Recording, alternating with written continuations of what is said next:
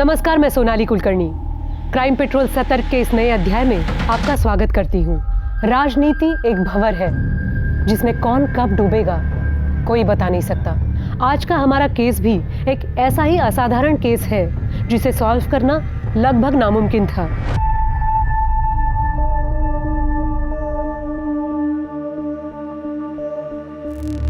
हाँ, मैं बात कर लूंगा, चिंता मत कर तू। रख फोन अभी।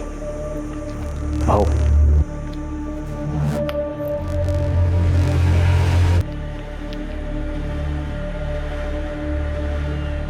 ठीक है, इतना हल्का क्यों है? भाऊ, आपको तो हालत पता है, कोई पैसे देने को तैयार ही नहीं है। तैयार नहीं है तो तैयार कर लो। तुम्हें रखा क्यों है मैंने? भाऊ, मैंने अपना पूरा जोर लगा के देख लिया है। ज़्यादा प्रेशर बनाएंगे तो जनता हाथ से निकल सकती है। अगला इलेक्शन भी भारी पड़ सकता है अपने को। एक काम कर ले, रत्ना के एरिया में जो वहां प्रेशर बना। लेकिन भाऊ, जितना कहता हूं उतना कर ले। ठीक है भाऊ। क्या? उन लोगों की इतनी हिम्मत? तो तुम लोगों ने रोका क्यों नहीं? चूड़ियां पहनी क्या तुम लोगों ने? तू रख, मैं देखता हूं।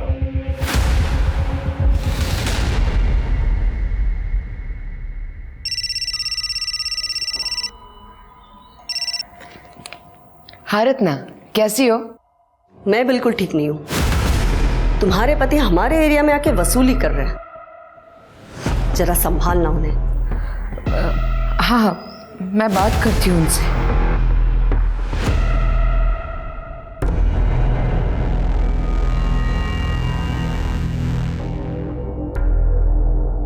क्या हुआ? कुछ प्रॉब्लम?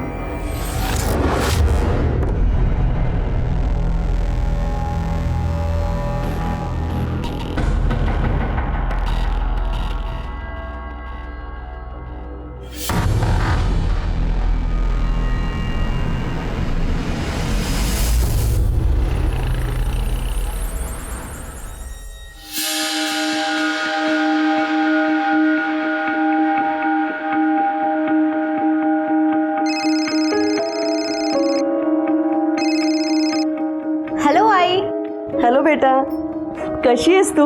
तुमने नया लैपटॉप फाइनल किया क्या? नए लैपटॉप की क्या जरूरत है आई? मैंने पुराना वाला रिपेयर करा लिया है। अरे बेटा, मैं ये चाहती हूँ कि मेरी बेटी सबसे बेस्ट चीजें यूज करे।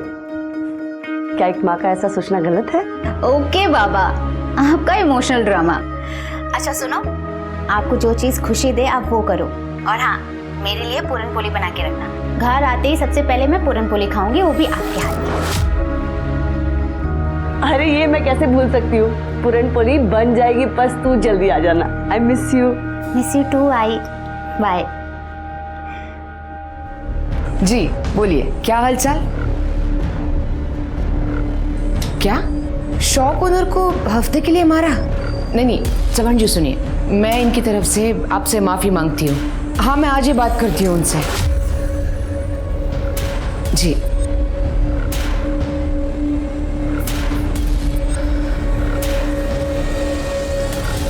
आपने इस नाजुक से सिचुएशन को कितनी अच्छी तरह से हैंडल किया है। आप बहुत बहादुर हो मामी। मगर ये कब तक चलेगा? मैं अकेली हाईकमांड को हैंडल नहीं कर सकती। जब तक मैं हूँ आप अकेली नहीं हो। अब प्लीज अपनी $1 मिलियन स्माइल दिखाइए। तुम नहीं होते तो क्या होता मेरा? मामी, मैं आपको हमेशा खुश देखना चाहता हूँ। अरे हाँ बाबा, हाँ पहुंच रहा हूँ। हाँ पहुंच रहा हूँ, रख फोन अभी। हाँ। अबे खोल के देना, गधा कहीं का। ये परफ्यूम मारकर कुछ नहीं होता। खुद का कैरेक्टर ऐसे बनाओ कि उससे खुशबू आए, फिर ये बदबू मिटाने के लिए ना इस परफ्यूम की जरूरत नहीं पड़ेगी। बहुत ज्यादा मुंह चल रहा है तेरा आजकल, क्या बात है? हाई कमांड नाराज है आपके तौर तरीकों से। मैं कॉर्पोरेटर हूँ यहाँ की, मेरे खिलाफ एक्शन लेने की बातें चल रही है। अच्छा, तू कॉर्पोरेटर है तो क्या मैं अपने आप को बदल दूं? तू जास्ती बोलिस ना तो जीव ढूंढ। क्या कर रहे हो? छोड़ो मामी को। देख आ गया तेरा रखवाला। चुप। याद रखना, तू कॉर्पोरेटर बनी है ना तो सिर्फ और सिर्फ मेरी वजह से। मैं यहाँ का नेता हूँ और तू एक कठपुतली है जो मेरे कमांड पर नाचती है। और रही बात तुम्हारे हाई कमांड की, तो उनको क्या बताना है वो मैं डिसाइड करूँगा। आज पहली बार मुझे ऐसा लगा कि मैं रमाकांत से शादी कर लेती ना तो अच्छा था। क्या बोलूँ अपने लिमिट पे रहे। मुझे मेरी लिमिट पता है, शायद आप अपनी लिमिट भूल रहे हैं। और आपको क्या लगता है कि मुझे नहीं पता कि आप इस वक्त कहाँ जा रहे हो? तू अगर मेरा भांजा नहीं होता ना तो तेरे को यही का यही जिंदा गाड़ देता। अपने काम से काम रखने का, समझे क्या? बहू चलिए यहाँ से, उर्वशी आपकी राह देख रही है। हाँ, गाड़ी निकाल, आ रहा हूं मैं।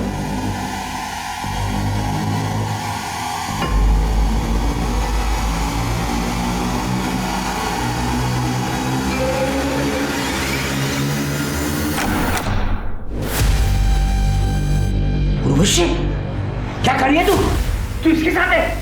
शर्म नहीं आती तेरे को? ए कृष्ण का, पहले ये बता, मेरे रंग में भंग डालने की हिम्मत कैसे हुई तेरी? तेरे से बात नहीं कर रहा, मैं इससे बात कर रहा हूं। तू बीच में मत बोल। मुझसे बात करना। तू चुप। क्या चल रहा है ये? धोखा दे रही मेरे को? मैं तेरे को धोखा दे रही हूँ? अरे धोखा तो तू दे रहा है अपनी बीवी को। तेरी तो कृष्णकांत, हाथ हटा। इतना गुस्सा किस बात का? तू मेरी मंगेतर को लेके उड़ा और उससे शादी कर ली। अब मैं तेरी उर्वशी के साथ मजे कर रहा हूँ। हो गया ना ऐसा बराबर? फालतू की बातें मत कर। नहीं, अरे बात करके क्यों बने हुए मूड को खराब कर रहे हो? चलो जाओ यार यहाँ से। तू सही नहीं करी है। अरे चल जा। मैं तुझे बोल, अरे चल जा। तू बीच में मत बोल। अरे यहाँ से जा। जा यहाँ से, जा यहाँ से, जा।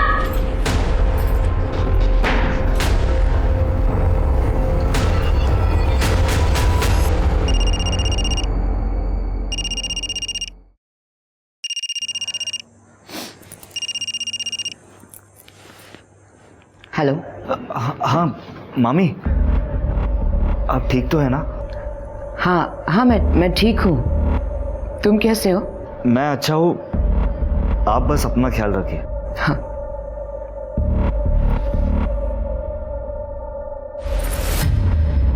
मामी की हालत ठीक नहीं है। मामा एक नंबर का दरिंदा है।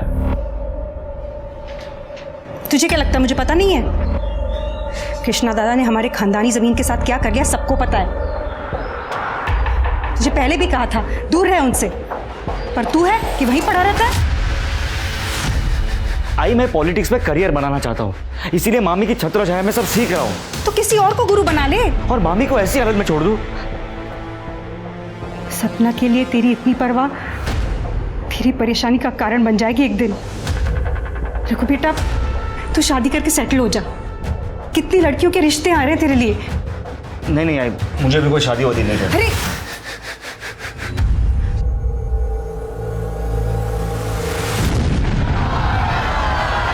आराम से हटिए आप लोग, हटिए पीछे।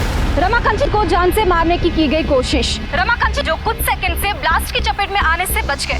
हालांकि पुलिस ने एरिया को सील कर दिया है और जानने में ये भी आया है कि शक के बिना पर कुछ लोगों को पकड़ा भी गया है। रमाकांत जी यहीं पे, आइए उनसे पूछते हैं। सर, आपको क्या लगता है इस बम ब्लास्ट के पीछे किसका हाथ है? देखिए, जनता के प्रति हमारा प्यार और हमने जो अच्छे कार्य किए हैं, इस कारण बहुत से दुश्मन भी हुए हैं। हाल ही में किसी ने मुझे जान से मारने की धमकी भी दी थी। आपका मतलब कृष्णकांत कुलकर्णी से है?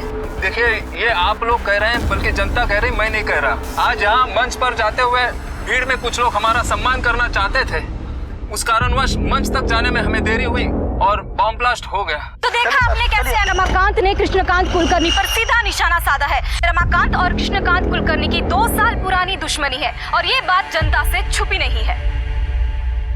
ये सब कुछ आप ही का किया धरा है ना? वाह, कितना भरोसा है तुम्हारा तुम्हारे पुराने प्रेमी पर। भाऊ नीचे पुलिस आई है और आपके बारे में पूछ रही है।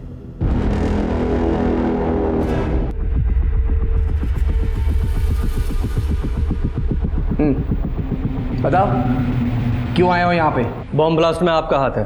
क्या बकवास कर रहे हो इंस्पेक्टर? हरियाणा में बम बनाने वाले का हमारी गिरफ्त में है। बॉम्ब का ट्रिगर मिला है उसके पास से। थोड़ी सी मार खाई, आपका नाम लिया है। और आपने मान लिया हैं? रमाकांत की कॉन्स्टिट्यूएंसी उससे नाखुश है और इसीलिए सिंपैथी बटोरने के लिए उसने ये गेम खेला है। इतनी बात समझ में नहीं आ रही है? मुझे बता दें, यहाँ सिर्फ भाषण सुनने को मिलेगा। अच्छा, भाषण? क्या सबूत है तुम्हारे पास कि वो ब्लास्ट मैंने करवाया था? कोई फोन कॉल, पैसों का ट्रांजैक्शन? बस उस बॉम्ब बनाने वाले ने मेरा नाम ले लिया और आ गई मुंह उठाकर मुझे पकड़ने के लिए। आपको भी अच्छी तरह से पता है ये सारे काम कैश में होते हैं। जंगल राज जो ठहरा। जबान संभाल कर बात कर इंस्पेक्टर। सबूत लेकर आ और फिर बोल, नहीं तो ऐसी जगह पे ट्रांसफर कराऊंगा कि जंगल से बाहर नहीं आ पाएगा तू। निकल यहां से।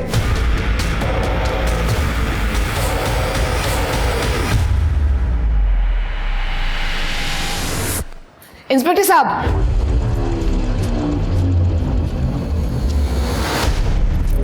I am sorry.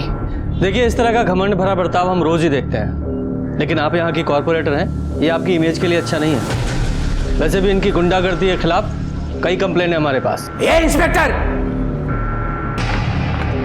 गुंडा हूं ना मैं तो कर ले अरेस्ट मुझे? है हिम्मत?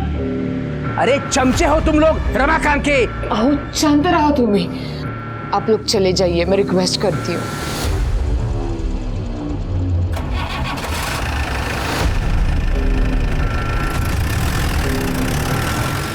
मामी, मामी मैं क्या सुन रहा हूँ कि अरे मामी क्या हुआ? आप रो क्यों रही हो? मुझसे अब नहीं होता, मुझे नहीं जीनी है ये जिंदगी। देख, मेरे बाद ये सब कुछ तुझे ही संभालना है। मामी ये आप कैसी बातें कर रही हो? आप चिंता मत कीजिए, ठीक है? अरे अरे मेरी बात तो सुन। क्या चल रहा है तुम दोनों के पीछे? ये क्या कर रहे हो आप? तेरे को मेरी बीवी मिली थी हाथ साफ करने के लिए। बकवास बंद कीजिए। कितनी गंदी सोच है आपकी। लेकिन अगर मामी को कुछ हुआ ना तो अंजाम बहुत बुरा होगा।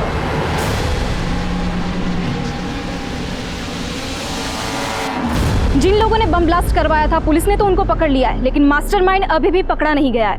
हर कोई तेरे मामा पे शक कर रहा है, वो भी बिना उसका नाम लिए। अच्छा है।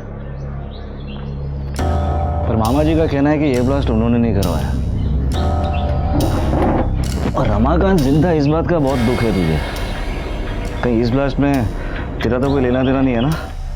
तुझे जो बोलना है बोल भाई। पर एक बात है भाई, कृष्णा का कुलकर्णी, उसकी गुंडागर्दी, घमंड, ये सब खत्म करने का बड़ा मन कर रहा है। तो अगर दोस्त ना होता तो आज तक ये काम मैं कर चुका होता। अगर मामा ने मामी के साथ गलत बर्ताव करना बंद नहीं किया ना तो एक दिन उसे मैं ही मार दूंगा।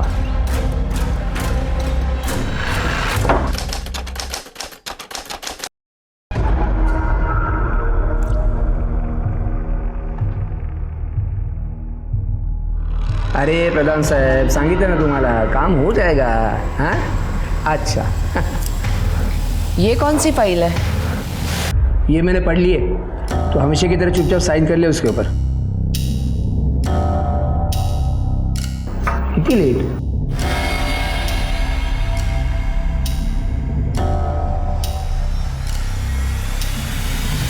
क्या काम है?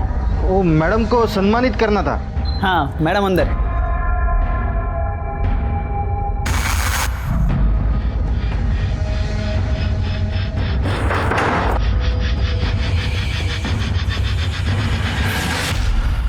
ओए, कौन हो तुम लोग और अंदर कैसे आ गए? बबलू, खोलो। खून, खून।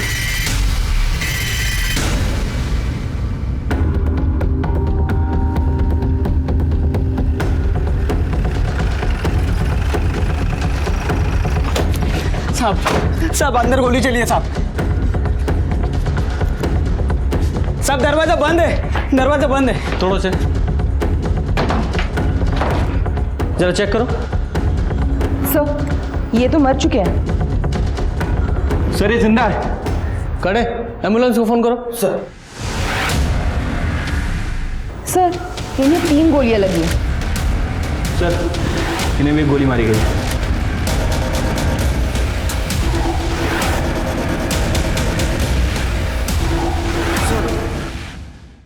हाँ सर ये देखिए 4 बुलेट सेल्स। इन्हें एविडेंस बैग में डालो और जरा आसपास चेक करो। जी सर।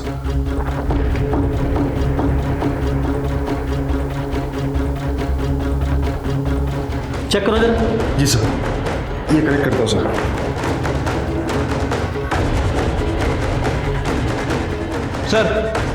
सर मुझे लगता है कि ये शूट आउट कृष्णकांत जी के लिए हुआ था, लेकिन सपना जी शिकार हो गई। वो कैसे? सर ये कृष्णकांत जी का फ़ोन है और ये देखिए चाय का कप भी आधा भरा है। जब ये गोली चली तुमने देखा था किसने चलाई? सब 2 लोग आए थे मैडम को सम्मानित करने के लिए। क्या काम है? वो मैडम को सम्मानित करना था।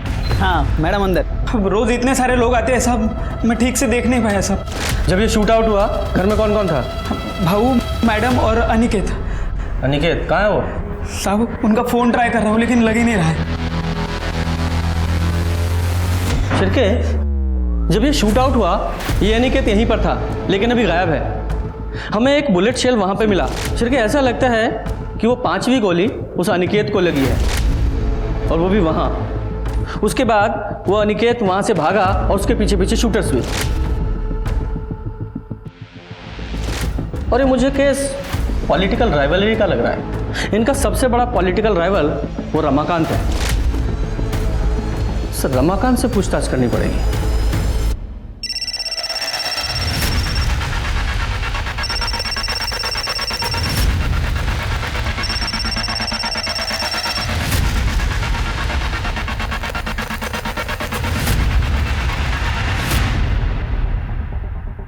जी सर, मैं ही अनिकेत की पत्नी हूँ। अनिकेत घर पर नहीं है। जब से मैंने शूट आउट के बारे में सुना है तब से उसे फ़ोन लगा रही हूँ और उसका फ़ोन बंद है। तुम्हें कोई अंदाज़ा है कहाँ हो सकता है वो? नहीं सर, कुछ पता नहीं। तुम्हारे पति अनिकेत की कृष्णकांत के साथ कोई अनबन थी या कोई झगड़ा हुआ था? देखो, तुम चाहती हो ना कि हम तुम्हारे पति अनिकेत को ढूंढ लें? देखो, तुम्हें जो कुछ भी पता है साफ साफ बोलो, वरना ये पूछताछ थाने चल के भी हो सकती है। सर, अनिकेत तो कृष्णकांत भाव से हमेशा ही ईमानदार और वफादार रहा है, पर कृष्णकांत भाव उस पर हमेशा शक करते थे कि वो चोरी करता है। कई बार उन्होंने उसकी बेइज्जती भी की थी और हाथ तक उठाया था। और उस दिन तो किधर है अनिकेत? अनिकेत उठाए तो। अरे एक काम करा, अंदर जाओ, जो भी कीमती चीज होगी और इनकी औकात की बाहर की होगी ना, सब लेके आओ। जाओ अंदर, जाओ ढूंढो। भाव ने हमारे घर में घुसकर हमारी तलाशी ली कि कहीं हम ऐशो आराम में जी तो नहीं रहे, पर उन्हें हमारे घर से कुछ भी नहीं मिला। तो इसलिए अनिकेत ने उन्हें शूट कर दिया? नहीं सर, अनिकेत ऐसा कर ही नहीं सकता। कृष्णकांत भाव तो हमारे लिए माए बाप जैसे थे। ये जरूर उस रमाकांत दीक्षित का काम हो सकता है। तुम्हें ऐसा क्यों लगता है कि रमाकांत ने ये सब किया होगा? क्योंकि सर 11 साल पहले सपना जी ने रमाकांत जी से शादी तोड़कर कृष्णकांत भाव से शादी कर ली थी और ये खबर सब जगह पर फैल चुकी थी और इसी वजह से रमाकांत जी की बहुत बेइज्जती हुई थी। रमाकांत जी, सपना ने आपको धोखा देकर कृष्णकांत से शादी कर ली थी, तो आपने बदला लेने के लिए पूरी फैमिली पे शूट आउट ही करा दिया। ये क्या बोल रहे हैं इंस्पेक्टर साहब? क्या आपको लगता है मैं 11 साल रुकता इस शूट आउट के लिए? सपना को उसके कर्मों का फल मिला है, मुझे धोखा देने की सजा। खैर आप वो छोड़िए, मुझे ये बताइए कृष्णकांत के क्या हाल है? काफी सीरियस है। सपना की जगह कृष्णकांत मरा होता तो अच्छा होता। आपकी बातों से तो ऐसा ही लग रहा है कि ये शूट आउट आपने ही कराया। इंस्पेक्टर साहब, अटैक हमने नहीं कराया, कृष्णकांत ने हम पर अटैक कराया, वो भी एक नहीं 2 बार। पहले तो बॉम्ब ब्लास्ट कराया जिसकी तहकीकात आप लोग नहीं कर पाए, और दूसरे साहब संभाला।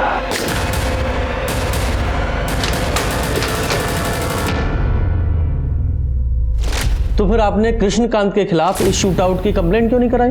कोई फायदा होता क्या? बॉम्ब ब्लास्ट के बाद भी वो फ्री घूम रहा है।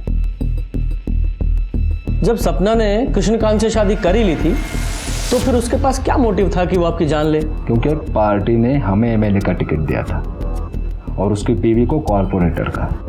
और ये बात जग जाहिर है कि कृष्णकांत एमएलए बनना चाहता था। देखिए इंस्पेक्टर साहब, आप आपका और मेरा वक्त बर्बाद कर रहे हैं। बेहतर होगा कि आप जाके उस रत्ना और उसका वो भाई मनोज, उससे बात करें। रत्ना, मनोज, उन दोनों का इससे क्या कनेक्शन है? देखिए, हमने आपको बात बताकर सोशल ड्यूटी निभाई है। अब उनका क्या कनेक्शन है, कैसा है, कहां से है, ये ढूंढना आपका काम है। नमस्ते। ठीक है स्वाति, इस रमाकांत के कॉल रिकॉर्ड्स निकालो। हो सकता है इसी ने सुपारी दी हो। और चल के इस रत्ना और मनोज, उससे पूछताछ करते हैं। Excuse me sir. हेलो। अच्छा, इस उर्वशी का एड्रेस भेजो। सर, ये रमाकांत और कृष्णकांत के बीच सिर्फ सपना कॉमन कड़ी नहीं थी, और एक लड़की है उर्वशी, जो दोनों के बीच कॉमन है, और इसी लड़की की वजह से दोनों के बीच लड़ाई हुई थी। उर्वशी, रमाकांत के लिए तुमने कृष्णकांत से अपने नाजायज रिश्ते खत्म कर लिए थे, जिस बात से नाराज होकर कृष्णकांत ने तुम्हें सबक सिखाने की धमकी दी थी। इससे पहले वो कुछ कर पाता, तुमने कृष्णकांत को मारने का ही प्लान बना लिया। सर, मुझे तो बहुत पहले आपके पास आ जाना चाहिए था, सपना और कृष्णकांत के खिलाफ रिपोर्ट लिखवाने के लिए। कृष्णकांत तो ठीक है, लेकिन सपना के खिलाफ क्यों?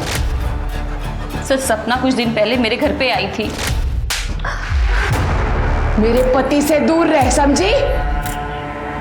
चल, मैं तो दूर रहूंगी, पर वो घुटनों के बल मेरे पीछे पीछे आएगा। पता है क्यों? क्योंकि तू ठंडी है रे। एक बाजारू औरत के अलावा तू कुछ भी नहीं है। चल, मान लिया, कुछ भी नहीं। और तू तो कॉर्पोरेटर है, और तब भी तुझसे तेरा पति कंट्रोल नहीं होता ना। तेरी सस्ती खूबसूरती को ऐसा बिगाड़ दूंगा कोई भिखारी भी नहीं पूछेगा, समझी? सर, उसने मुझे बाजारू कहा, बल्कि पूरा शहर जानता है कि सपना और रघुवीर के बीच में क्या चल रहा है। इस उर्वशी के कॉल रिकॉर्ड्स निकालो। ये कितना भी रोध हो ले, इसके पास भी मोटिव तो है। सर, और इस रघुवीर की डिटेल्स निकालो। अगर ये उर्वशी सच बोल रही है तो शूट आउट की टारगेट सपना थी। पर सानिकेत का कुछ पता चला? नहीं सर। नहीं सर। ठीक है, शाम तक रिपोर्ट भेज दीजिए। सर, सपना जी की पीएम रिपोर्ट आ गई है सर। सर, उनकी मौत 3 गोली और इंटरनल ट्रोमा की वजह से हुई है, और उनकी बॉडी में जो बुलेट्स हैं और क्राइम स्पॉट पर जो बुलेट शेल मिले थे, दोनों की बैलिस्टिक रिपोर्ट मैच होती है। सर, हॉस्पिटल, क्लिनिक्स सब जगह चेक किया। अनिकेत के घर पे भी नजर रखी हुई है, लेकिन उसका कुछ पता नहीं लगा। अच्छा, किसी हॉस्पिटल में भी नहीं है? कहीं ऐसा तो नहीं है अनिकेत को गोली लगी ही ना हो? है? तुमने अनिकेत का फोन ट्रैकिंग पे डाला? सर, उसका फोन सपना जी के घर से 2 गली छोड़ के ही बंद हो गया था। सर, सपना जी के घर पर काम करने वाला बबलू रघुवीर के बारे में कुछ बात करना चाहता है। साहब, मैंने मेरे आंखों से देखा था साहब। आप बहुत बहादुर हो मामी। मगर ये कब तक चलेगा? जब तक मैं हूं ना, आप अकेली नहीं। अब प्लीज अपनी $1 मिलियन स्माइल दिखाइए। तुम नहीं होते तो मेरा क्या होता? कृष्णकांत भाऊ को पहले से ही दोनों पे शक था, इसलिए भाऊ ने मुझे उन दोनों पे नजर रखने के लिए कहा था। लेकिन एक दिन भाऊ ने दोनों को पकड़ ही लिया। तेरे को मेरी बीवी मिली थी हाथ साफ करने के लिए। मामी को कुछ हुआ ना तो अंजाम बहुत बुरा होगा। तो तुम्हारे कहने का मतलब ये है कि रघुवीर ने कृष्णकांत और सपना पे गोली चलवाई? हाँ, हो सकता है साहब। लेकिन ये रघुवीर सपना पे गोली क्यों चलवाएगा? वो तो उससे प्यार करता था ना। वो तो पता नहीं साहब, लेकिन भाऊ रघुवीर और उनकी बहन प्रमीला, इनके बीच प्रॉपर्टी को लेकर एक केस चल रहा था साहब, बहुत टाइम से। शायद हो सकता है रघुवीर ने इसी बात का बदला लिया। आप ये कैसी बातें कर रहे हो? मामी और मेरे बीच में अफेयर और जायदाद के लिए उन दोनों का खून? आप लोग ऐसी मनगढ़ंत कहानियां कहां से बनाते हैं? तो तुम्हारा कहना यह है कि तुम्हारे मन में अपनी मामी सपना के लिए कोई प्यार नहीं था? हमारा रिश्ता वही था जो एक मामी और एक भांजे का होता है। माँ समान थी वो मेरी। ठीक है, मान लेते तुम्हारी बात। तुम हमेशा अपनी मामी सपना के साथ रहते थे 24 घंटे, लेकिन जिस दिन शूट आउट हुआ 12 तारीख को, ठीक उसी दिन गायब हो गए। क्यों? वो उस दिन मेरी तबीयत खराब थी। मैंने रघुवीर से कहा था मुझे डॉक्टर के पास ले जाए। जब हम घर वापस लौटे तो पता चला कि सपना के ऊपर हमला हुआ है। हमने सुना है आपका अपने भाई के साथ कुछ झगड़ा चल रहा है। वो हमारे पिताजी ने गुजर जाने के पहले जायदाद का बंटवारा नहीं किया था और कृष्णा दादा भी धीरे धीरे मेरे हिस्से की जायदाद भी हड़पने लगे थे। तभी तो हमने उन पे कोर्ट में केस भी डाला हुआ है। आपने अपने भाई के खिलाफ कोर्ट में केस डाला हुआ है, फिर भी आपका बेटा उसके यहाँ काम करता है। क्यों? मैंने कितनी बार कहा इससे कि कृष्णा को छोड़ दे, लेकिन ये सुनता ही नहीं मेरा। आपने इसे इसलिए वहाँ रखा है क्योंकि हमेशा तुम्हारे भाई के पास रहे और जैसे ही मौका मिले उसे रास्ते से हटा दे। ये क्या कह रहे हैं आप? वो मेरे दादा हैं और अगर यही करना होता तो इतने साल हम कोर्ट कचहरी क्यों करते? और तो अब ऐसा हो गया कि उस ज़मीन से भी कोई लगाव नहीं रहा हमारा। बस मेरा दादा बच जाए।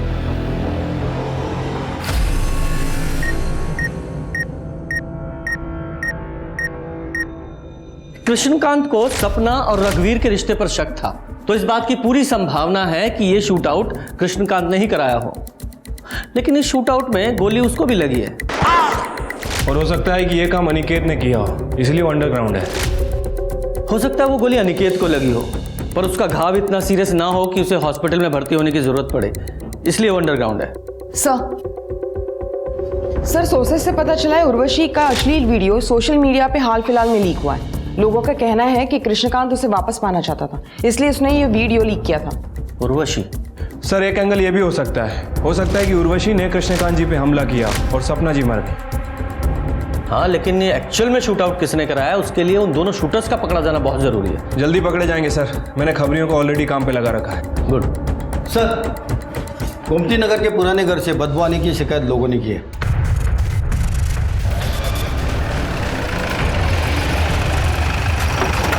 साहब मैंने फोन किया था आपको, यहाँ से बहुत दिनों से बदबू आ रही है। दरवाजा बंद है सर। तोड़ो दरवाजा, जरा चेक करो, देखो। सर बॉडी चेक करो।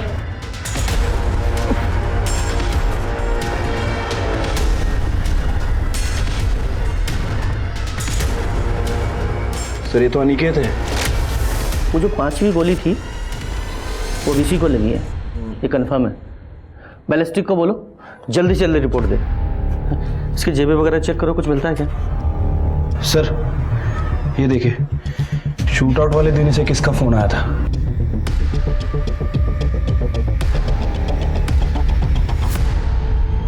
ये देखिए मामा जी, शिफ्ट प्लस कंट्रोल प्लस 4 और आप स्क्रीन का स्क्रीनशॉट ले सकते हो, कई सारे ऐप भी डाउनलोड कर सकते हैं। अरे वाह, ये तो बढ़िया है। मनोज पाटिल। हाँ?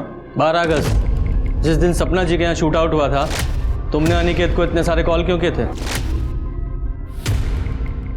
क्योंकि मैं उसे ढूंढ रहा था।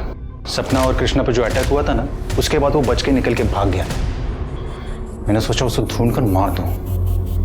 कुछ दिन पहले मुझ पे भी अटैक किया था उसने।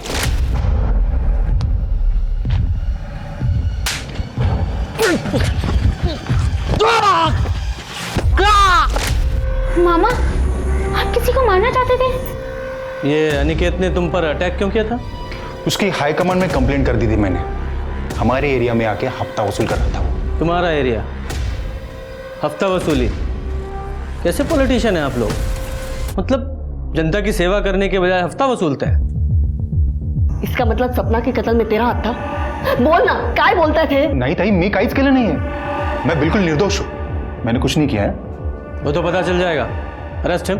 मैंने कुछ नहीं किया है। मैंने कुछ नहीं किया है, मैं बोल रहा हूँ। कुछ नहीं किया मैंने।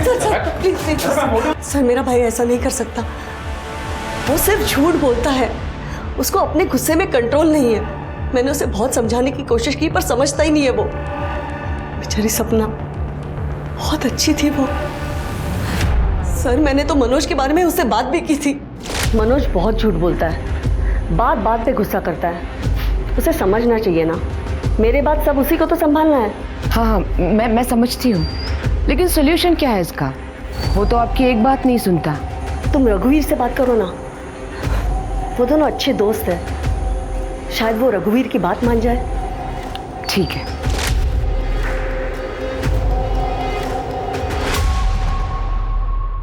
कदम, इस रमाकांत के पास भी तो गन है ना, और उस गन में सेम कैलिबर की बुलेट इस्तेमाल होती है जैसी कि सपना और कृष्णकांत के शूट आउट में हुई थी। और इस रमाकांत के पास स्ट्रॉन्ग मोटिव भी है।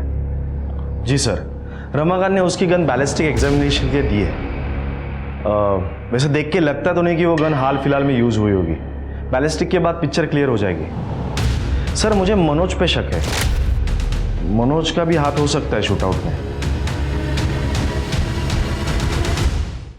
सर, खबर मिली है कि गज्जू और दिनेश नाम के 2 हिस्ट्री शीटर 12 अगस्त से ही गायब हैं और दोनों के फोन भी स्विच ऑफ हैं। ट्रैक करो दोनों को। और ये मनोज का कोई कनेक्शन मिला क्या? नहीं सर, फिलहाल तो मनोज का इस शूटआउट से कोई कनेक्शन नहीं दिख रहा है। लेकिन कदम को लगता है कि मनोज का कोई ना कोई इन्वॉल्वमेंट है। फिर भी तुम खोदना जारी रखो। ठीक है सर। सर, अनिकेत की बैलिस्टिक और पोस्टमार्टम रिपोर्ट के हिसाब से मौत का कारण एक्सेसिव ब्लड लॉस है, जो बुलेट लगने की वजह से हुई। और रिपोर्ट के हिसाब से अनिकेत, सपना और कृष्णकांत को जो गोली लगी है वो सेम गन से चली। इसका मतलब सर वो 5वीं गोली अनिकेत को ही लगी थी और घायल हालत में वो उस पुराने घर में गया और कमजोरी की वजह से घर से बाहर नहीं आ पाया और उसकी मौत हो गई। करेक्ट। बबलू ने तो शूटआउट में कुछ देखा नहीं था। ये कृष्णकांत को एक बार होश आ जाए तो पता चले कि एक्चुअल में क्या हुआ था।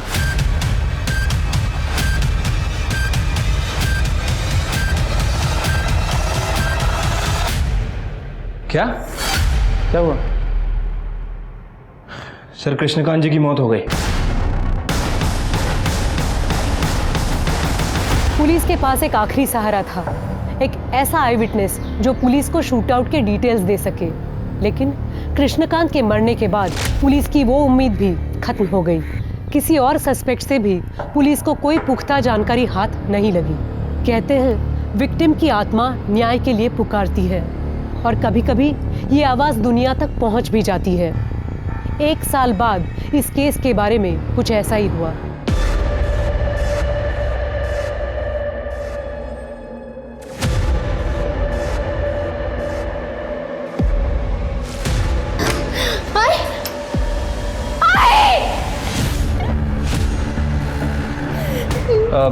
आप लोग नीचे बैठिए।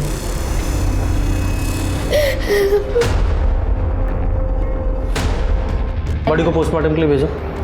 सर,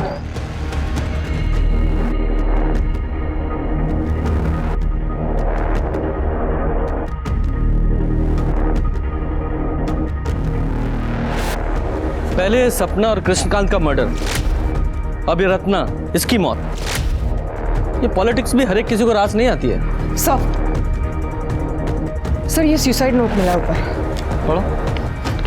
मनोज का नाम कृष्णकांत और सपना की मर्डर में आ जाने के बाद से एएसआई कदम ने हमारा जीना मुश्किल कर दिया था। क्या नाम लिखा? एएसआई कदम। आगे पढ़ो। वो हमसे अक्सर पैसे वसूलता था। मेरी बेटी अंजलि 2 दिन पहले ही शहर से लौटी थी। आज जब उसने मेरी अंजलि को देखा तो वो बहक गया और उसने अंजलि का रेप कर दिया। मैं कुछ नहीं कर सकी। मैं अब अपनी बेटी से कभी नजरें नहीं मिला पाऊंगी, इसलिए मैं अपनी जिंदगी खत्म कर रही हूँ। रत्ना देशपांडे। खत्म। अंजलि, संभालो अपने आप को। तुम्हारे साथ जो कुछ हुआ है वो हमें बता दो। मनोज, तुम्हें कुछ पता है? मैं तो काम से सतारा गया था, तो फिर मैं वापस लौटा तो देखा टाइगर।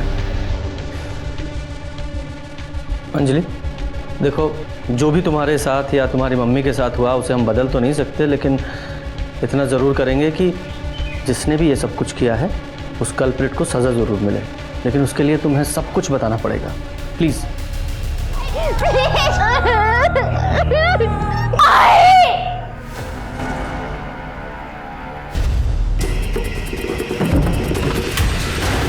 ये गन लेकर कहाँ जा रहा है? पकड़ो इसे।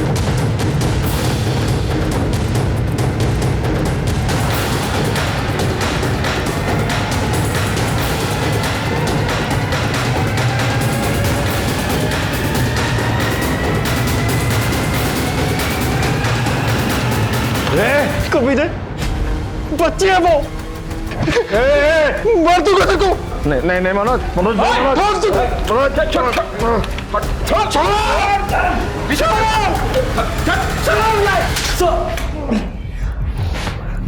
कदम क्यों किया ये सब तूने? क्यों भूल गया ये वर्दी तूने क्यों पहनी थी? सिर्फ तूने अपना ही सर नीचा नहीं किया है, पूरे डिपार्टमेंट की नाक कटाई है। सर मुझे फंसाया जा रहा है सर। ना ही मैंने वो रत्ना को ब्लैकमेल किया है, ना ही उसकी बेटी को हाथ लगा। झूठ मत बोल। 16 साल हो गए मुझे पुलिस की सर्विस में। गुनहगार की आंखों में देखकर बता दूंगा कि गुनहगार है या बेगुनाह। और तेरे मामले में सबूत का इंतजार कर रहा हूं, फिर तेरी चार्जशीट फाइल करूंगा। सोचने वाली बात यह है कि रत्ना कदम को पैसे देने के लिए कैसे तैयार हो गई। इसका मतलब साफ है कि इस कदम के पास मनोज के खिलाफ कोई ना कोई पुख्ता सबूत जरूर है। तो ये कदम हमें नहीं बता रहा है। शिर्के, अपने खबरों को एक्टिवेट करो और पता करो कि कदम के पास ऐसा क्या सबूत है। उसने कहीं ना कहीं जरूर कुछ उगला होगा।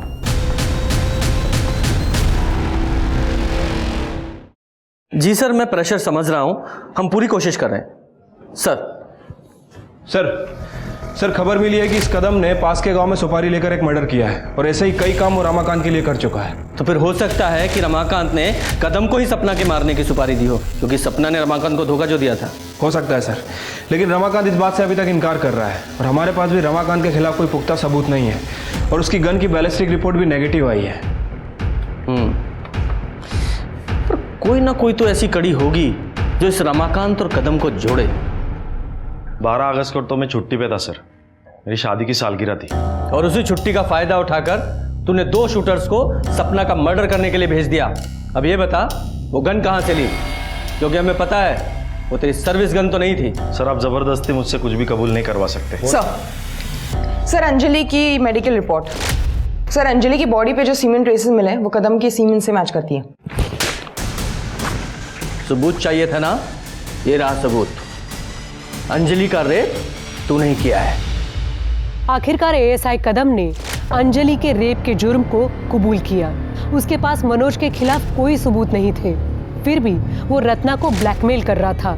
एएसआई कदम ने यह भी कबूला कि उसने रमाकांत के लिए ऐसे कई गंदे काम किए हैं, लेकिन उसने सपना को मारने की बात को कभी नहीं स्वीकारा।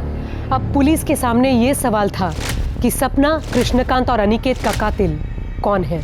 रघुवीर के पास स्ट्रॉन्ग मोटिव था, लेकिन पुलिस के पास रघुवीर के खिलाफ कोई सबूत नहीं था। और तब पुलिस को दिनेश और गज्जू के बारे में जानकारी हाथ लगी। ए गज्जू, ये चल भाग। चल बाबा बताओ, कुछ नहीं किया सर।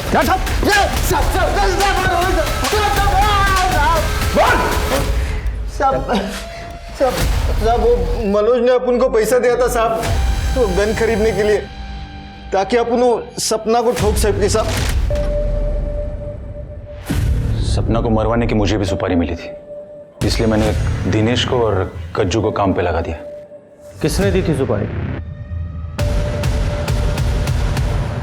मैंने दी थी सुपारी मनोज को, क्योंकि मैं नहीं चाहती थी कि एक 40 साल की शादीशुदा औरत मेरे जवान बच्चे पर डोरी डाले और उसकी जिंदगी बर्बाद कर दे। मामी थैंक यू सो मच, आपने तो मेरे सर पे से बोझ हल्का कर दिया। Love you for that. Krishna दादा इस बारे में मुझे अंदेशा देते थे जब भी मिलते थे। जवान बेटे को ज्यादा दिन तक कुंवारा नहीं रखना चाहिए, नहीं तो वो सांड की तरह दूसरों की फसल उखाड़ना शुरू कर देता है। सांड को खूंटे से बांध लो, जल्द से जल्द। तभी मैंने सोच लिया था कि ये कहानी खत्म मैं करूंगी, पर कृष्णा दादा को मारने का मेरा कोई इरादा नहीं था। इनके खिलाफ चार्जशीट बनाओ।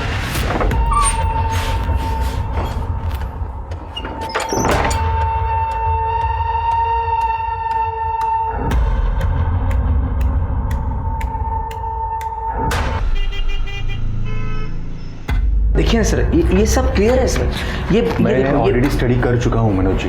ये जो टैक्स बचाने के चक्कर में अपने अनऑथराइज्ड क्लेम्स और इलीगल ट्रांजैक्शंस किए ना, ये सरकार की नज़र में बहुत बड़ा क्राइम है। आप जानते हैं इसकी सज़ा 10 साल तक की जेल और 20 लाख रुपए जुर्माना है। अब इंक्वायरी बंद करने के लिए मैंने मेरे सीनियर्स को 10 लाख रुपए में कन्विंस किया है। Thank you Kulkarni sir. पैसों के लिए मैंने अपना ये घर गिरवी रखा है। कुछ दिन और ठहर जाइए, आपका काम हो जाएगा। आप एनफोर्समेंट डिपार्टमेंट के इतने बड़े अफसर हो, कुछ और मोहलत दीजिए ना प्लीज़। मैं बात करता हूँ मेरे सीनियर से, और आप भी तो बात कीजिए आपके पार्टनर से, परेश जी ना? हाँ, चाह क्यों नहीं ना?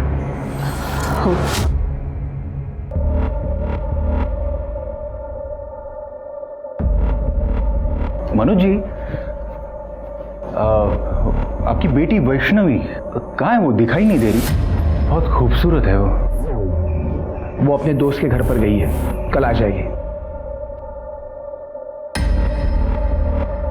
सॉरी टू से मनोज जी, पर आपको बिजनेस करना नहीं आता। याद रखिए, प्रॉफिट और लॉस के बीच में, बिल्कुल बीच में, एक बहुत ही थिन लाइन होती है जिसे कॉम्प्रोमाइज कहते हैं। खैर, आपकी ये चाय तो मैं बाद में पी लूंगा। Thank you.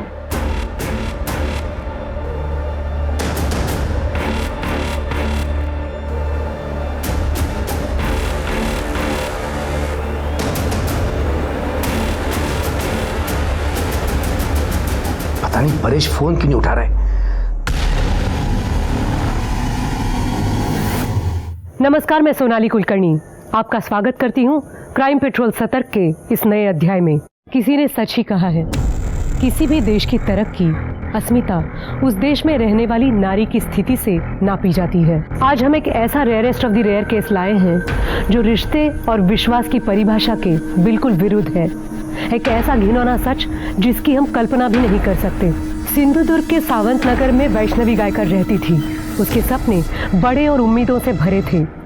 आखिर क्या हुआ था उस मासूम लड़की के साथ, जिसके लिए उसे मौत से भी बदतर सजा दी जा रही थी?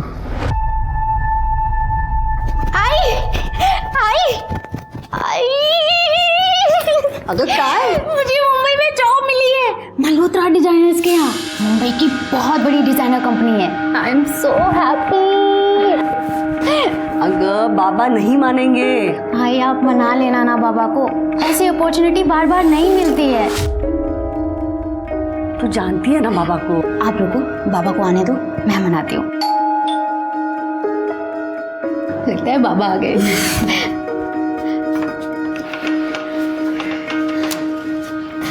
हाँ हाँ, आज भेज देंगे आज।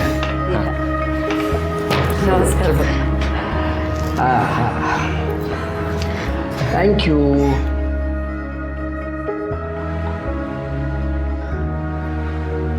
बाबा, मुझे मुंबई में जॉब मिली है, हफ्ते भर में निकलना होगा। ये तो बड़ी अच्छी बात। कोई अच्छी बात नहीं है, मना कर दे उनको। देख, तू अकेली मुंबई नहीं जाएगी, और अगर तेरे को मुंबई जाना है तो तेरे लिए मैं मुंबई का लड़का ढूंढता हूँ। शादी कर ले और फिर मुंबई चली जाना। तो बाबा, कैसी बात कर रहा है मनोज?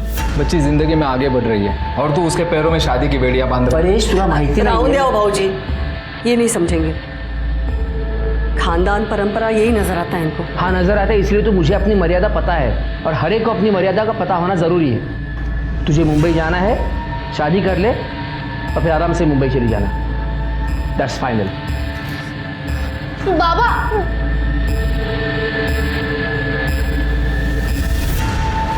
तुम्हें कल ही मेरे बाबा से शादी की बात करने के लिए आना होगा। कल? इतना जल्दी? वक्त नहीं है हमारे पास। बाबा, मेरी शादी कहीं और तय कर दें, इससे बेहतर है तुम ही आ जाओ शादी की बात करने। अरे वैष्णवी, मुझे कोई प्रॉब्लम है ही नहीं, बस सिर्फ दादा को मनाना पड़ेगा। तुम मेरे लिए इतना नहीं कर सकते? ये भी कोई पूछने की बात है? तुम्हारे लिए तो अपनी जान भी हाजिर है।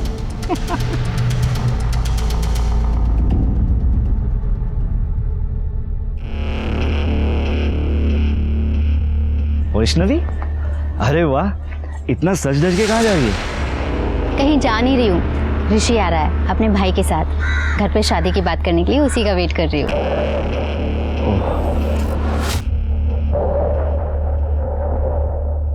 यार विपिन, हम दोनों ना दोस्त हैं, एक ही कॉलोनी में रहते हैं। ये प्यार व्यार के चक्कर में ना हमारी दोस्ती मत खराब कर। हाँ हाँ, ज़्यादा लेक्चर मत दे।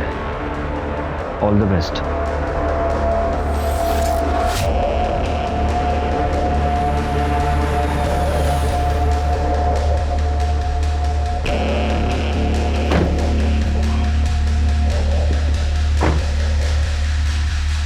हाय। लेट तो नहीं हुआ मैं? नहीं नहीं नहीं, चलिए अंदर चलिए।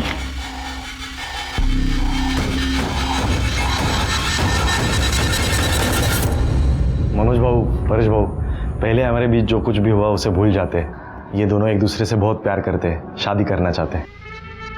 वैसे मेरा भाई ग्रेजुएट है, एड एजेंसी में काम करता है, अच्छा खासा कमा लेता है। खुश रखेगा आपके बेटी को। सीधा साधा है मेरा भाई। सीधा साधा? तो तुम्हारा ये सीधा साधा भाई पड़ोस में रहने वाली कॉल गर्ल योगिता के पास क्या कर रहा था? हरीश, क्या बोल रहे तुम? यो क्या बोल रहे हो काका? दिखाता हूँ। ये कौन है? तू ही है ना? देख ले, तुम्हारा सज्जन भाई। बगा।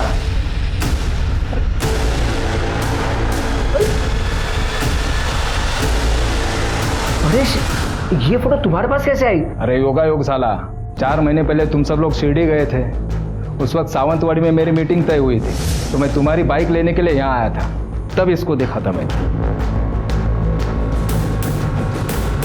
फिर जब कल इन दोनों को साथ में देखा ना मैंने, तब इसको मैं पहचान लिया। आज सुबह उस योगिता के पास मैं गया था, उसी ने ये फोटो मुझे दी है।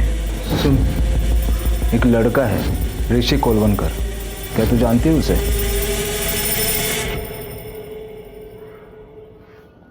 यही ना, ये तो अक्सर आता है मेरे यहाँ, बहुत पसंद है मुझे।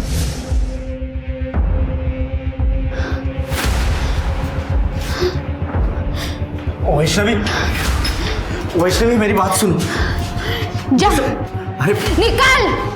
वैष्णवी तू निकलेगा या मैं निकालूं यहाँ से तुझे? वैष्णवी, वैष्णवी शांत हो जाओ। देखो गुस्से से बात बिगड़ जाएगी। बात आगे बढ़ानी नहीं है बाबा। ए, सुना ना तूने? अब कुछ बचा नहीं है। ए अक्षय, इधर आ। बड़ा गुणगान गा रहा था ना इसका, तो सुन, रिश्तेदारी बराबर वालों में होती है, भिखारियों के साथ नहीं। बहुत ज्यादा बोल रहा है तू। जान से मार दूंगा मैं तुझे, याद रख। मुझे जान से मारेगा? शांत हो बाबा, शांत हो। दादा दादा दादा दादा सॉरी, ये सब मेरी वजह से। रुक इधर ही रुक। तू रह गटर में, वहीं की पैदाइश है ना तेरी। परेश काका बिल्कुल सही कहते हैं, मेल जोल हमेशा बराबरी वालों में होता है। चल तू निकल। तेरी तो नहीं बात छोड़ूंगा नहीं इसे। चुपचाप दादा बैठ, गाड़ी में बैठ।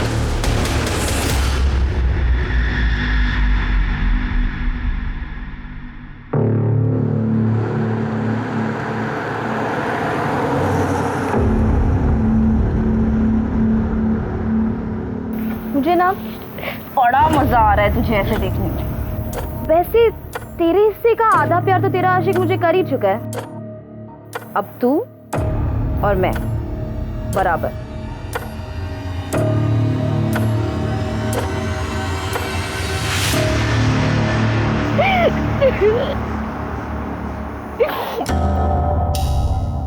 I'm so sorry काका, मेरी वजह से आपको इतना सुनना पड़ा। अरे कुछ नहीं, उसकी बातों को तू दिल पे मत ले, वो कुछ नहीं करने वाला।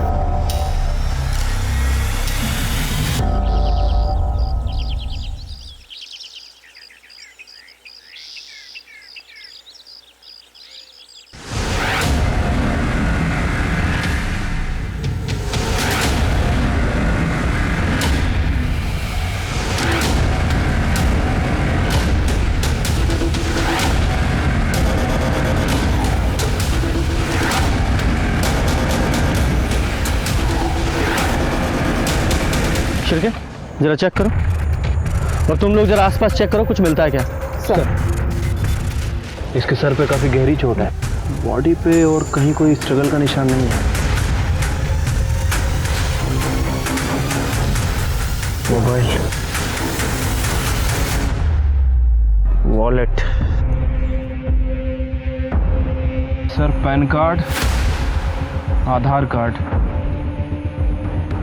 परेश परचुरे, इसकी कंपनी का विजिटिंग कार्ड भी मिला है, विश्वास प्राइवेट लिमिटेड, और इसके पार्टनर का नाम भी लिखा है, मनोज गायकर। और वॉलेट में कुछ पैसे भी हैं। वॉलेट में पैसे भी हैं, फ़ोन भी है, मतलब चोरी का मामला तो नहीं है? सर वही बात तो समझ नहीं आ रही है, लेकिन सर एक चीज़ तो कंफर्म है कि इसका मर्डर कहीं और हुआ है और उसको यहाँ लाके डंप किया गया है। हाँ हो सकता है, क्योंकि ज़मीन पर इतना खून भी नहीं बिखरा है। शिरके, फॉरेंसिक को बुलाओ और इसकी फैमिली को इन्फॉर्म करो। ठीक है सर। स्वाति, एम्बुलेंस को फ़ोन करो, बॉडी को पोस्टमार्टम के लिए भेजो। सर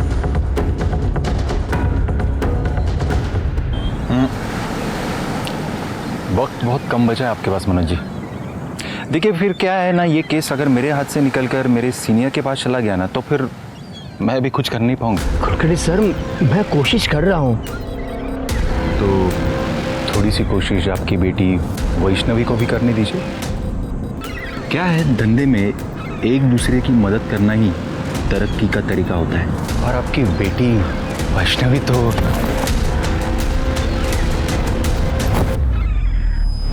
ये गलती दोबारा मत करना, वरना 10 लाख के 20 लाख देने पड़ेंगे।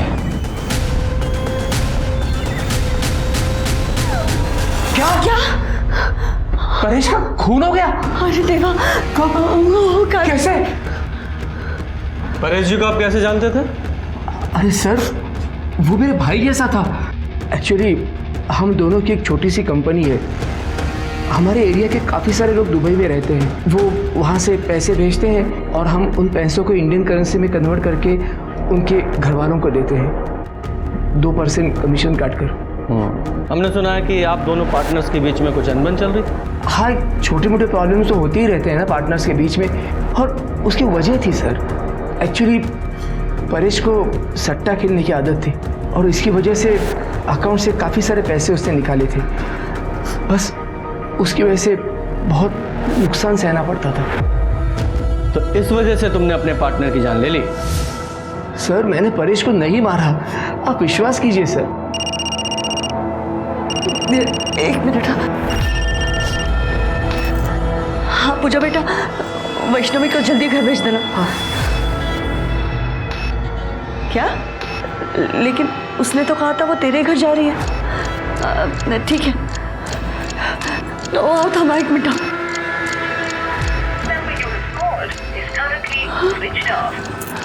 काय झालं सांगशील का? वैष्णवी पूजा के घर में नहीं गई। तो वैष्णवी को फोन लगाओ ना। लाओ ना फोन, उसका फोन स्विच ऑफ आ रहा है। क्या हुआ? ये वैष्णवी कौन है? साहब वो हमारी बेटी है हमारी। क्या हुआ है, डिटेल में बताइए। वो कल ना सारे माँ, मैं पूजा के घर जा रही हूँ। हम दोनों को एक ही असाइनमेंट मिला है, उसे पूरा करने। अच्छा, वो रात को लेट हो जाएगा तो मैं वहीं रुक जाऊंगी और सुबह 11 बजे तक वापस आ जाऊंगी। बाबा से पूछ। बाबा जाऊँ? ठीक है, अपना स्कूटर लेके जाना। पर वो तो खराब पड़ा है। मैं रिक्शा से चली जाती हूँ, 50 मिनट की दूरी पर ही है उसका घर, मानिक नगर में। ठीक है, संभाल के जाना पड़ा। ठीक है, होगा। सर अब पूजा कह रही है कि वैष्णवी उसके घर पर गई नहीं। तो वैष्णवी किसी और फ्रेंड के घर पे चली गई होगी। नहीं सर, ये पक्का उसी का काम है। किसका? ऋषिकेश कोलवणकर। वो कौन है? वो वैष्णवी से शादी करने के लिए आया था, लेकिन परेश को उसके चाल चलन के बारे में पता चल गया था और ये सुनकर वैष्णवी से उसे रिश्ता तोड़ा था और शादी भी तोड़ी थी। तब तो वो चला गया था घर से। सर उसे जल्दी से पकड़िए सर, कहीं वो मेरी बेटी के साथ कुछ गलत ना कर बैठे सर। अब शांत हो जाइए, टेंशन मत लीजिए। ये वैष्णवी का फ़ोन नंबर और उसका फोटोग्राफ दीजिए। चलिए दे सर। सर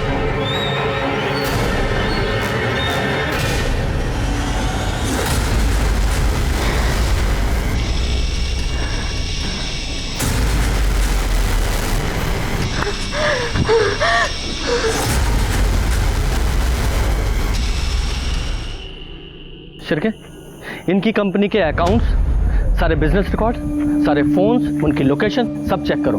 देखो, बिजनेस में कोई किसी का सगा नहीं होता, सब एक दूसरे से फायदे के लिए मतलब रखते हैं। इन दोनों की पूरी करनी चाहिए मुझे। ठीक है सर। वैसे इस वैष्णवी के केस का क्या करना है? आप कहें तो उस ऋषि को उठा लूँ?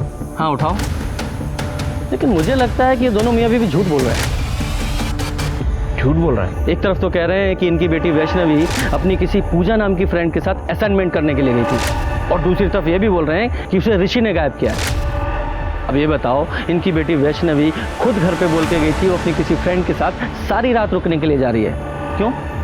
इसका एक ही मतलब निकलता है कि वो अपनी मर्जी से ऋषि के साथ भागी है। हो सकता है सर।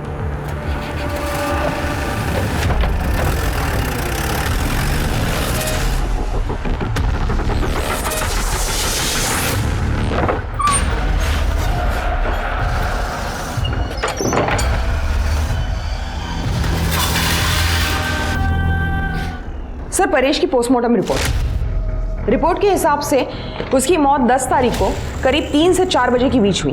उसका सर दीवार पर पटक कर उसे मारा गया। सर, उसके सर पे सीमेंट और रेत के ट्रेसेस मिले हैं। इसका मतलब ये कंफर्म है कि परेश को कहीं और मारा गया और बाद में उसकी बॉडी को जंगल में ले जाकर डंप कर दिया गया। Yes sir. सर, जैसे आपने कहा था, मैं ऋषि के घर गई थी। वहाँ मेरी बात उसके बड़े भाई अक्षय कोलवनकर से हुई। ऋषि तर गोवा गया है। क्यों? उसका वो एड एजेंसी का मीटिंग होता है, अक्सर जाया करता है। क्या हुआ मैडम, इतनी पूछताछ क्यों हो रही है? वैष्णवी अपने घर नहीं गई है 2 दिन से। वैसे मेरे भाई का उसके साथ कोई बातचीत नहीं होती है, हमारा कोई वास्ता नहीं है उनसे। ऋषि का नंबर दो। हाँ, 9821। सर, मैंने उसे कॉल किया था, लेकिन उसका फोन स्विच ऑफ है। शायद आपका शक सही है, ऋषि और वैष्णवी साथ में भागे हैं। इस ऋषि का फोन सर्विलेंस पे डालो। अगर ये गोवा कंपनी के काम से गया होता तो उसका फोन स्विच ऑफ क्यों होता? उसकी कंपनी में जाकर जरा पता करो। सर परेश के कॉल रिकॉर्ड। सर, इसका फोन नाना साहब चौक के पास ही आके बंद हुआ था और यहाँ से 5 किलोमीटर दूर जंगल में इसकी बॉडी मिली थी। शिरके, एक काम करो, नाना साहब चौक का जो सीसीटीवी है उसकी फुटेज चेक करो 10 तारीख को 1 बजे से 4 बजे के बीच की। देखो उस सीसीटीवी फुटेज में परेश के साथ कोई और दिखाई देता है क्या? ठीक है सर। सर, एक और बात, ये परेश और मनोज की विश्वास प्राइवेट लिमिटेड के बैंक स्टेटमेंट। सर, कमाल की बात है कि इस कंपनी में 4 महीने से कोई भी ट्रांजेक्शन नहीं हुआ, और जब मैंने इस कंपनी के रेगुलर कस्टमर से बात की तो उन्होंने भी इस कंपनी के बारे में कुछ अजीब बात नहीं कही। लेकिन जब मैंने रिकॉर्ड चेक किए तो सर पता चला कि मनोज और परेश के खिलाफ आदर्श नगर पुलिस स्टेशन में फ्रॉड का केस फाइल हुआ था। किसने फाइल किया था? सर, अक्षय ने, ऋषि का बड़ा भाई। और सर, ये अक्षय एक 3 स्टार होटल में एडमिन में काम करता है।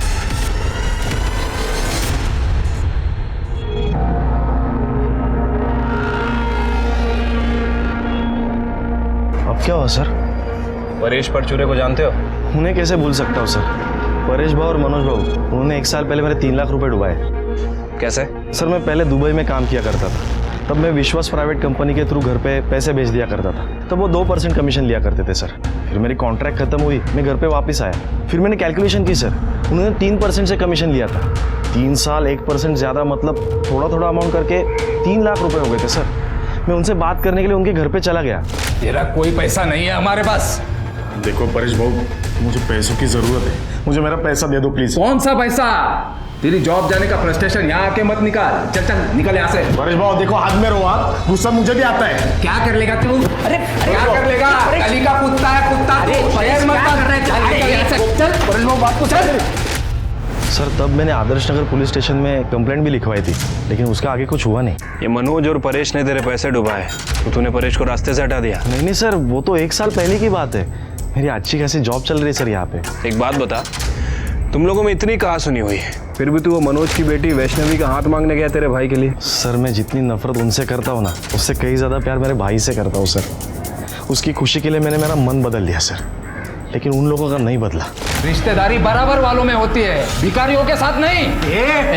बहुत ज्यादा बोल रहा है तू, मैं जान से मार दूंगा देखो। मतलब तेरे भाई के पास भी मर्डर करने का मोटिव है? सर नहीं सर, वो तो उसने उस दिन गुस्से में बोल दिया था, वो ऐसा नहीं कर सकता, वो तो बहुत सीधा साधा है। ये तेरा सीधा साधा भाई लड़की को लेके भागा है, मालूम है ना तुझे? नहीं सर, ऐसा नहीं हो सकता, वो गोवा गया, मैंने मैडम को बताया ना। गोवा गया तो फोन क्यों बंद है उसका? पता नहीं सर, शायद कोई नेटवर्क की प्रॉब्लम हो सकती है ना सर। उससे कोई कांटेक्ट होती है ना तो मैं खुद आपको कांटेक्ट करता हूँ, मैं सबसे पहले आपको बोलूँगा। भूलना मत, समझा?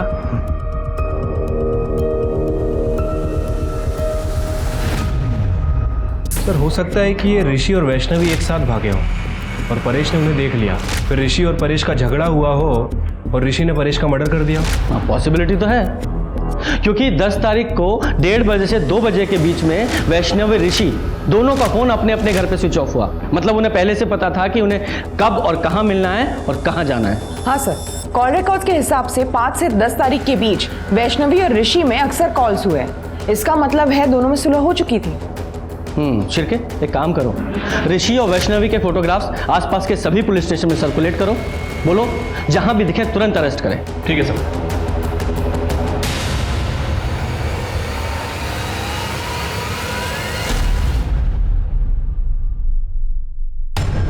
मुझे दे दीजिए ना।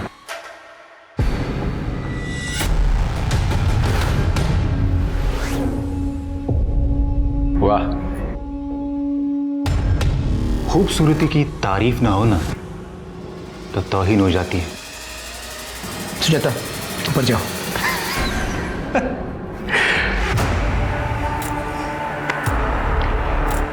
एक डील करते हैं ना मनोज जी। आपकी बेटी तो भाग गई, उसकी जगह पे आप अगर इन मोहतरमा को मेरे पास भेज दो। कुलकर्णी सर, वो बीवी है मेरी, कहने लो और चलते बनो। मुझे भी कैश चाहिए, 10 लाख, और वो भी 2 दिन में। तमाम कोशिशों के बाद भी पुलिस परेश के कातिल तक नहीं पहुंच पा रही थी और दूसरी तरफ वैष्णवी पर अत्याचार और शोषण बढ़ता जा रहा था। पुलिस वैष्णवी को ढूंढने की हर मुमकिन कोशिश कर रही थी, लेकिन उनके हाथ कोई कामयाबी नहीं लग रही थी। फिर अगले दिन कुछ ऐसी घटना घटी जिसने पुलिस को सिर्फ हैरान ही नहीं बल्कि सोचने पर भी मजबूर कर दिया।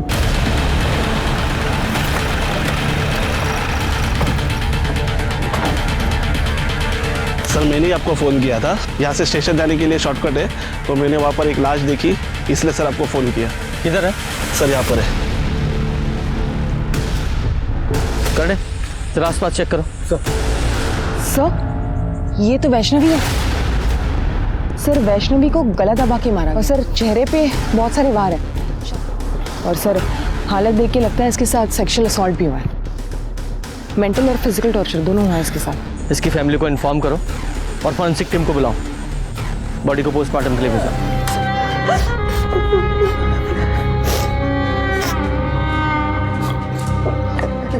सर, वो विपिन हमारे एरिया में ही रहता है।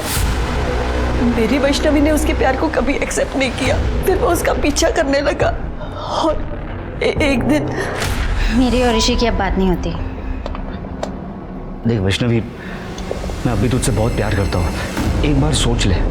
विपिन, मुझे रिश्तों में मिलावट अच्छी नहीं लगती।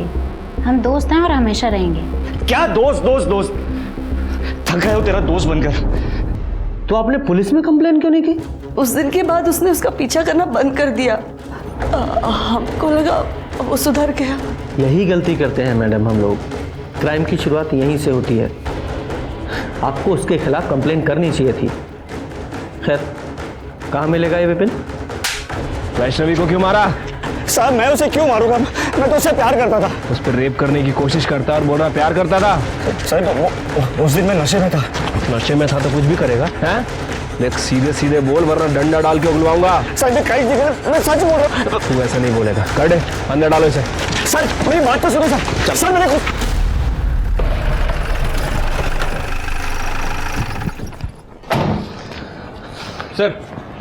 सर हमने विपिन को उठा लिया है और सर ये वैष्णवी की पीएम रिपोर्ट। सर, इसके हिसाब से उसकी मौत 14 तारीख को रात 2 बजे से 3 बजे के बीच में हुई है। गला घोटने की वजह से उसकी मौत हुई है सर। और सर रिपोर्ट में ये भी मेंशन है कि उसके साथ लगातार 4-5 दिन से सेक्सुअल एक्टिविटीज़ हो रही थी, लेकिन कहीं कोई सीमन सैंपल नहीं मिला है। एकदम जानवर है ये। जिसने भी वैष्णवी को मारा है उसके मन में वैष्णवी के खिलाफ बहुत गुस्सा भरा होगा। Sir, Azad Nagar police station record के हिसाब से वैष्णवी और सुजाता ने योगिता नाम के कॉल गर्ल के खिलाफ कंप्लेन लिखवाई थी। क्या कंप्लेन लिखाई थी? सर, रेसिडेंशियल एरिया में ये योगिता जिस्म फरोशी का बिजनेस करती थी। 2-3 बार पहले भी ये योगिता वुमेन ट्रैफिकिंग के लिए अरेस्ट हुई है। बुलाओ इस योगिता को। सर, वो वैष्णवी और सुजाता ने मेरी झूठी कंप्लेन की थी। मैं कोई धंधा वंदा नहीं करती सर। अच्छा, बेवकूफ समझाया मैं। पुलिस बिना वजह किसी को अरेस्ट नहीं करती, समझी? हमें क्यों लेकर चल? हमें बैठ।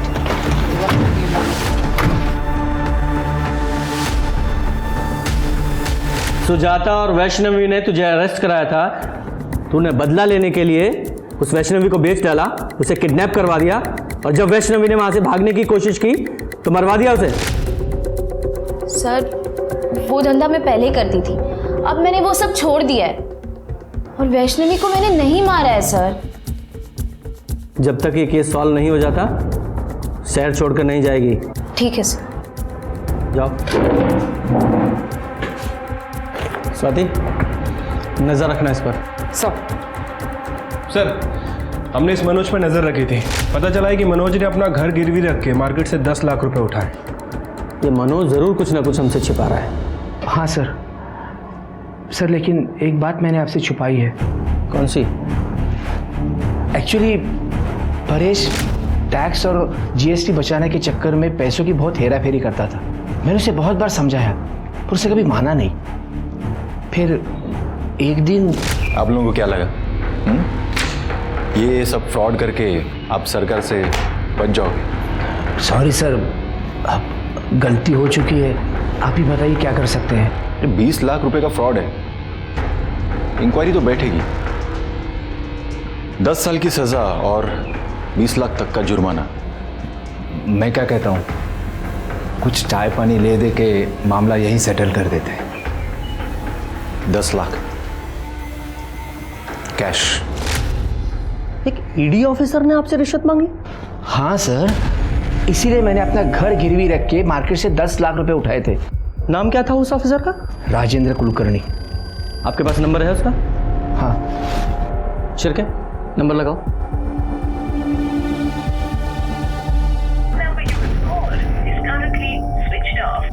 सर इसका फोन बंद आ रहा है। आजकल ईडी में शार्दुल दलवी है ना, उन्हें फोन लगाओ और इस राजेंद्र के बारे में पता करो। ठीक है सर। और मनोज जी, आपको पता है ना, रिश्वत देना और लेना दोनों अपराध हैं। मुझे पता है सर, लेकिन मैं बहुत डर गया था। बाबा, मैं मार्केट जाके आती हूँ। हाँ, संभालो जा।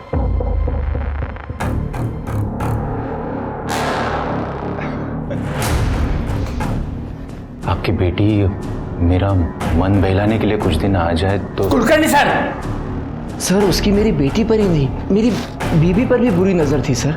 इसलिए सोचा कि उसके सारे पैसे उसको देकर मामला खत्म कर दूं बस। मनोज जी, ये बात आपको हमें पहले बतानी चाहिए थी, यहां तक नौबत नहीं आती। सर दलवी साहब से बात हुई है। उनका कहना है कि ईडी में राजन कुलकर्णी नाम का कोई भी ऑफिसर नहीं है। क्या? और सर विश्वास प्राइवेट लिमिटेड नाम से कभी भी कोई इंक्वायरी नहीं निकली। सच में? मतलब ये आदमी फेक ईडी ऑफिसर बनकर लोगों को ठग रहा है। शिरके, इस नंबर को ट्रैक करो। इस नंबर की सारी कॉल लोकेशन और कॉल रिकॉर्ड चाहिए मुझे। मनोज जी, आप इस सो कॉल्ड ईडी ऑफिसर को तो अच्छे से जानते ही हैं, चेहरा कई बार देखा आपने। हाँ सर। स्केच बनवाओ। सर।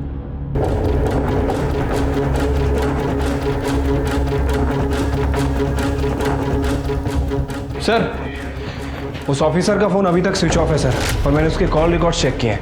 उसने सिर्फ और सिर्फ मनोज जी को ही फ़ोन किया था। और एक और बात सर, उसके फ़ोन की लोकेशन कभी कभी योगिता के घर के आसपास की थी। योगिता, ये मनोज जी की नेबर ना? Right sir. सर, इनके ब्रीफिंग से ये स्केच बनाया है। यही है वो राजेंद्र कुलकर्णी।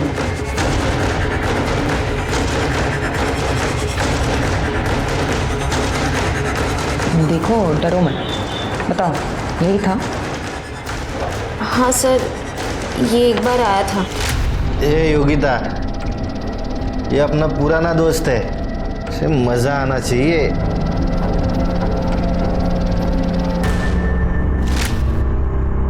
इसने कुछ बताया अपने बारे में? नहीं सर, इसने तो कुछ नहीं बताया, पर इसके साथ जो आदमी आया था मैं उसे जानती हूँ। वो यही शिवा कॉम्प्लेक्स में रहता है। हमें सब पता है तेरे और उस नकली ईडी ऑफिसर के रैकेट के बारे में। अब सीधे सीधे बताएगा या तेरे हलक में से उगलवाऊं? चिरके, सब कुछ बताता हूँ साहब। सब उसका नाम शेखर नाइक है। सब मैं दिल्ली में जॉब करता था, तभी हम पहली बार मिले थे। और एक दिन अचानक वो मेरे घर पे आया। क्या? तो तू इधर फेक ईडी ऑफिसर बन के लोगों से पैसे लूटता है? हाँ, और पता है तुझे, थोड़ा सा डरा दो ना तो लोग पैसा दे भी देते। दिल्ली की पुलिस है ना, कुत्ते की तरह ढूंढ रही मुझे, पर मैं हूं ना, उनके नाक के नीचे से भाग आया हूं। और फिर तुम दोनों ने यहाँ आकर ठगी करना शुरू कर दिया? नहीं सर, कसम से सर, मैंने ऐसा कुछ नहीं किया सर। सर बस मेरी इतनी गलती हो गई कि मैंने उसको अपने घर में रहने दिया। सर ना वो मेरे घर में रहता और ना ही वो ऋषि से मिलता। ऋषि कोलवनकर? हाँ सर। पता नहीं यार, उस योगिता ने मेरी फोटो उस परेश को क्यों दी? जी करता है उसे जान से मार दूं। तेरे को पता है, उस परेश और उस मनोज जी के कंपनी ने मेरे दादा के 3 लाख रुपए खाए। क्या? हाँ। कौन सी कंपनी रे? कैसे पैसे? अरे मेरा अक्षय दादा पहले दुबई में हुआ करता था ना, वो वहां से पैसे बेचता था इन लोगों को। ये लोग इन्वेस्टमेंट करते थे, कर दिया घपला। और जब वापस मांगने गया तो बोला कुछ नहीं मिलेगा, इनके पास कुछ भी नहीं है। और तभी शेखर के दिमाग में मनोज और परेश को लूटने का प्लान आया और उसने उनके कंपनी में फ्रॉड बताकर उनसे 10 लाख रुपए की मांग की सर। कहाँ है तेरा वो शेखर? सर वो मुंबई गया हुआ है, कल लौटेगा। खड़े लेके जाओ इसे। हाँ साहब, सच में मैंने कुछ नहीं किया साहब, साहब कसम से। शिरके, अगर लोमड़ी का शिकार करना है तो उसे बोटी डालनी पड़ेगी। मनोज जी को फोन लगाओ और उनसे कहो कि शेखर मतलब राजेंद्र का अगर उन्हें फोन आए तो उससे कहें कि पैसे रेडी है। ठीक है सर। हाँ कुलकर्णी सर। पैसे का बंदोबस्त हो गया? हाँ बंदोबस्त हो गया है, आप आ जाइए पैसा लेने के लिए। नहीं, पैसा तुम लेके आओगे कल शाम 4 बजे बीच रिसोर्ट।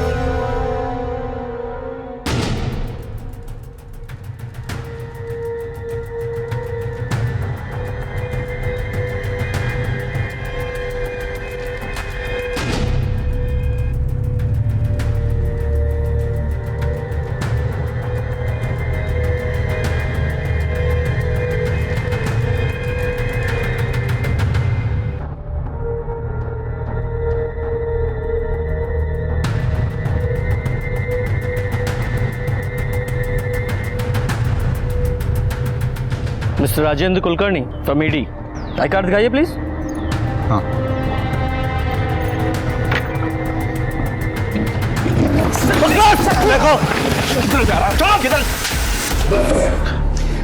दिल्ली में तुझ पर फ्रॉड के कई केसेस हैं, लेकिन यहाँ पर तुझ पर फ्रॉड के साथ साथ मर्डर और रेप के चार्जेस भी लगेंगे। सर मैंने ना वो परेश को मारा है, ना मैंने वैष्णवी का खून किया है। ये तो इतनी आसानी से नहीं कुछ उगलेगा, हमसे मेहनत करवाएगा। तू ही बता दे, तू तो इसके साथ प्लान में शामिल था ना? सर मैं तो किसी भी प्लान में नहीं था सर। वो वैष्णवी को मैं जानता भी नहीं है सर। वो तो ऋषि के साथ भागने वाली थी सर। भाई मैंने वैष्णवी को मना लिया है। भाई कब है शादी? नहीं ना यार, यही तो प्रॉब्लम है, उसके घर वाले नहीं मान रहे। लेकिन अक्षय दादा ने बोला है कि तुमको भाग के शादी करनी चाहिए, और इसके लिए हम लोग परसों भाग रहे हैं। अक्षय दादा हमारे रहने का वगैरह सब बंदोबस्त कर रहा है। ऋषि की तुमसे कब बात हुई थी? सर वो कुछ 8 तारीख को। और 8 तारीख को ऋषि ने तुमसे कहा था कि वो 10 तारीख को वैष्णवी के साथ भागने वाला है। हाँ सर। वैष्णवी के साथ साथ 10 तारीख को वो परेश भी गायब हुआ था। शिरके, इस अक्षय ने हमसे झूठ बोला है कि ऋषि गोवा गया हुआ है। इस अक्षय पर नजर रखो, क्योंकि उसका झूठ सबूत के साथ उसके सामने रखेंगे।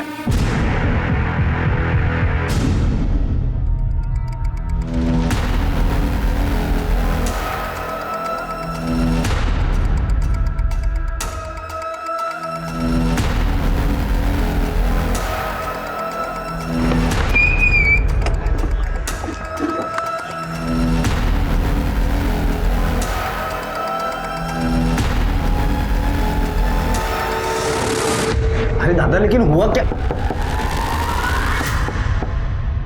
कौन देख? हाँ मैं देखता हूँ।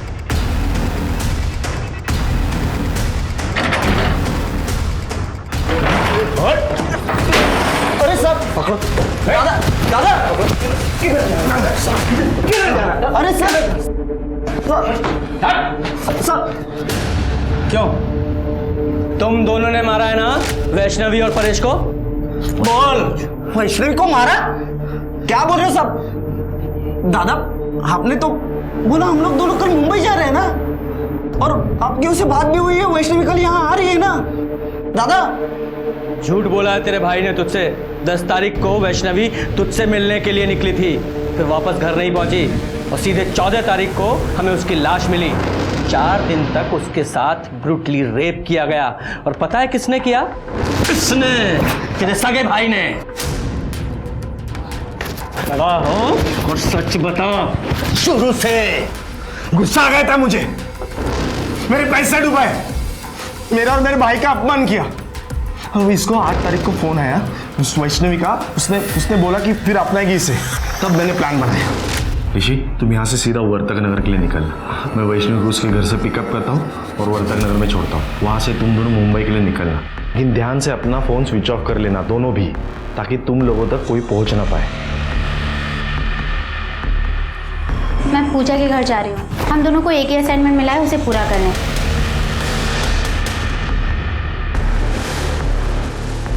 आजा। सुन, अब जब तक मैं ना बोलूँ यहाँ से बाहर नहीं निकलना, ठीक है? बैठे, मैं वैष्णवी को लेके आता हूँ, ठीक है?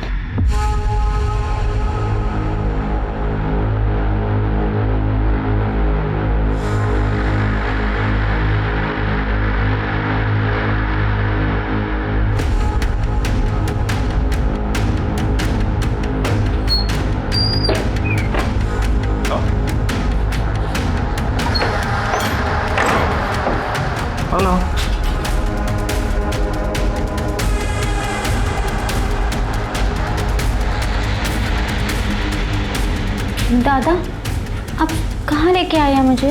ऋषि कहाँ है? ऋषि ना नहीं आने वाला, तुम्हें सबक सिखाने के लिए मैं अकेले ही काफी हूं।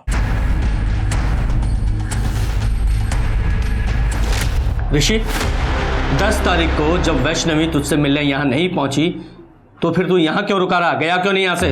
क्योंकि दादा ने मुझसे कहा कि वो जब घर से भाग रही थी तो उसे घर वालों ने पकड़ लिया और उसके घर वाले मुझे ढूंढ रहे थे, तो कुछ दिन तो मुझे यही छुपे रहना पड़ेगा और वैष्णवी कुछ दिनों के बाद फिर से भागेगी, इसलिए मैं यहाँ रुका था सर। झूठ बोलाया तेरे भाई ने, झूठ बोला तुझसे। बता क्यों मारा तूने वैष्णवी को? बता। गलती की सजा मिली उसको। दादा तुमने मुझे इतना बड़ा धोखा दिया, मैं तुम्हें कभी माफ नहीं करूंगा। तब मैं कोशिश करूंगा तुझे उम्र कैद नहीं सीधे फांसी होगी। लेके चलो इसे।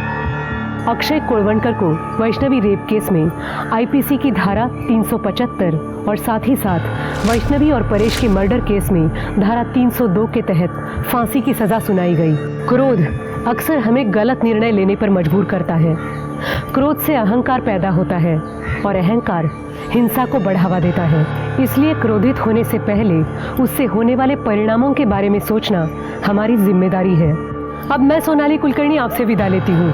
फिर मिलेंगे एक नए केस के साथ क्राइम पेट्रोल सतर्क जस्टिस रीलोडेड में। तब तक अपना और अपने परिवार का ख्याल रखिए। क्राइम पेट्रोल के और भी दिलचस्प कहानी देखने के लिए हमारे चैनल को सब्सक्राइब करें और बेल आइकॉन दबाना न भूलें।